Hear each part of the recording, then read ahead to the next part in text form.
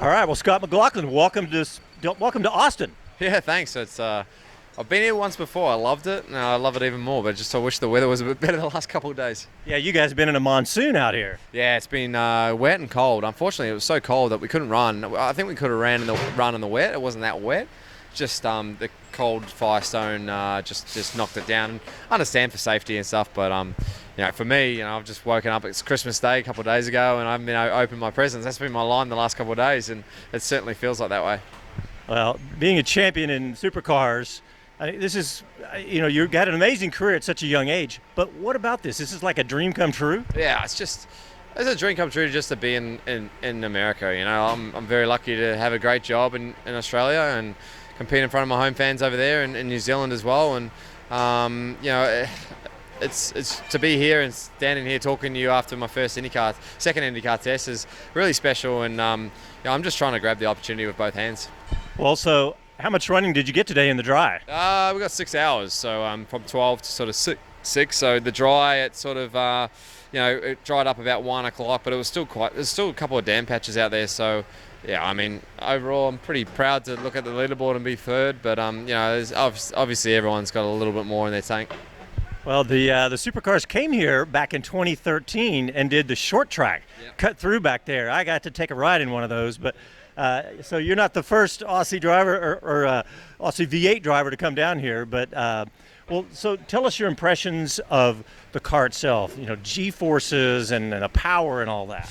It's just everything, and more. Like the V8 is very powerful, brakes well, got good aero, but this is just another level. This is light, fast, brakes well. I've never sunk so far in the seat when I've gone to brake. It's an incredible beast. Very lucky to have driven it, and at a cool track like this, which really has everything. So I'm very lucky. Yeah. So particularly, what about the downforce? Yeah, the downforce is just immense, and that took still taking time for me to get used to. I found a really good spot towards the end with the setup and stuff, but I still don't think I've used it 100% of what I'm a little nervous to push the envelope and not sure how it will snap, because when it goes, it snaps so fast. So I was pretty safe out there today, but I'm proud to be where we are. Yeah, your times look pretty good, actually. Yeah, the times were good. Every time we sort of put on the same number as everyone else, we were right up there, which is, you always have that confidence in yourself to do it, but it's a big ask coming here, and I'm going to study hard at this, but I've got another race to attend when I get home. I've got to get back into sort of V8 mode and work on it and see how we go. Well, speaking of those times, I bet some of these Indy drivers, full-time Indy drivers, are looking at it going, wait a minute, this guy's just his second test and he's already this fast. Look, I'm privileged. I'm not taking it for granted. I'm in a great team as well. One thing that's made a difference compared to Sebring tests is having data and being able to look at like Will's times and Joseph and everyone like that. So I've got the 3 best guys in IndyCar as teammates, and I'm very, very lucky for that. So what about this? To me, this just begs the question to maybe get IndyCar back to the Gold Coast. Yeah. Look, I'm sure that you got the right owner now. Exactly. Roger loves Australia, and who knows? But look, it's certainly for I'm sure for Scotty Dixon, for Will to be back here and be back in Australia would be awesome. So you're going to race the Indy GP. Is this the last you're going to get in a car? Or are you going to get some more tests? At this stage, it is. Yeah, so I'll just see you at the Indy GP. But look, we knew it was going to be a tough ask, and we're pretty realistic about our goals. But today was a lot more productive than I could have ever imagined. So you're in America. You got your experience in the Supercars.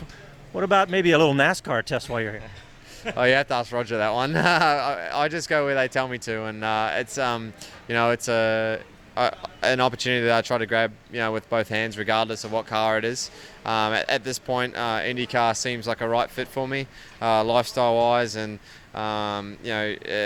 less races. I can also focus on maybe potentially going back to going to Australia and racing enduros. It's obviously, that's all. It's a bit of a goal of mine to continue winning Bathurst. So you want to have the best of both worlds, and so far the calendar sort of shapes up that way. Yeah. Well, you've had such an amazing career at such a young age. I mean, do you plan on doing Supercars for a lot longer? I mean, I know you touched on some of this. Yeah, look, I've set goals of a Bathurst and a championship. I'm lucky I've won 2 of them, so I've won both of them. Sorry. So, look, yeah, my goals are achieved in Australia, and I tried to do my best to achieve the goals with my teammate Fabian in Australia for Roger and the team. So now it was for me. I've always made it clear that once I've done that, I would love to get it to America, and this is the first step. So how did this whole thing come about, you getting an IndyCar? It was a question. It was just raised. Would you like to do it? I never thought they would even consider me just because of my tin top experience and little IndyCar experience. But TC Rogers sort of reached out to me and said, if you want to try, and I'm like, yeah, look, I'm not going to say no to the 2 of the biggest guys in American motorsports. So it was a pretty easy yes from me. Here we are. Yeah, I think that's a no-brainer. Yeah, you never say no to Roger, right? Yeah. Yeah. What about any impressions of Austin? I love Austin. I came here, like you said, ages ago, but I haven't really seen much because of the rain. Last night I just stayed in my hotel, so it's a cool place. The track's awesome. So did you get to race here in 13? Yeah. Okay, So, I didn't realize that. No. So that was my first year. Yeah. So I went really bad, but it was a cool experience. But this car is a lot better around here than the V8 for sure. So, any other impressions from throughout the grid? Has everybody been welcoming? Yeah, absolutely. I went to the media day the other day, and everyone was really nice. Saw all the guys that I've always looked up to, like Scotty Dixon and Ryan Hunter-Ray, Graham Rahal, and then obviously these boys.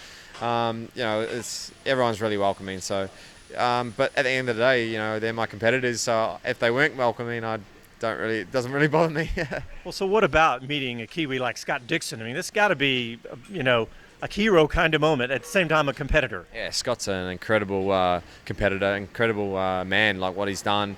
He's put New Zealand on the map in regards to racing-wise, especially in America.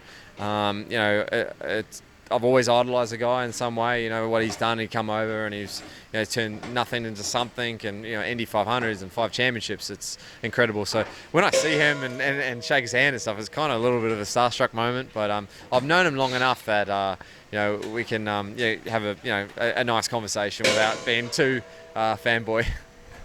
Yeah, I bet that would be a little bit hard with a guy like Scott Dixon. Well, and you got to pinch yourself too. I know you're with the Penske team in the Supercars, but being with the Penske team that Roger now where his position now in IndyCar, it's really got to be amazing. Oh, it's unbelievable. Look, it's a dream come true for a little kid from Christchurch. That's went to Australia to chase a dream, and eventually trying to chase another one right now. Scotty McLaughlin, thank you for coming on. We appreciate it. Thank you very much. Thanks for having me. Awesome. Appreciate it.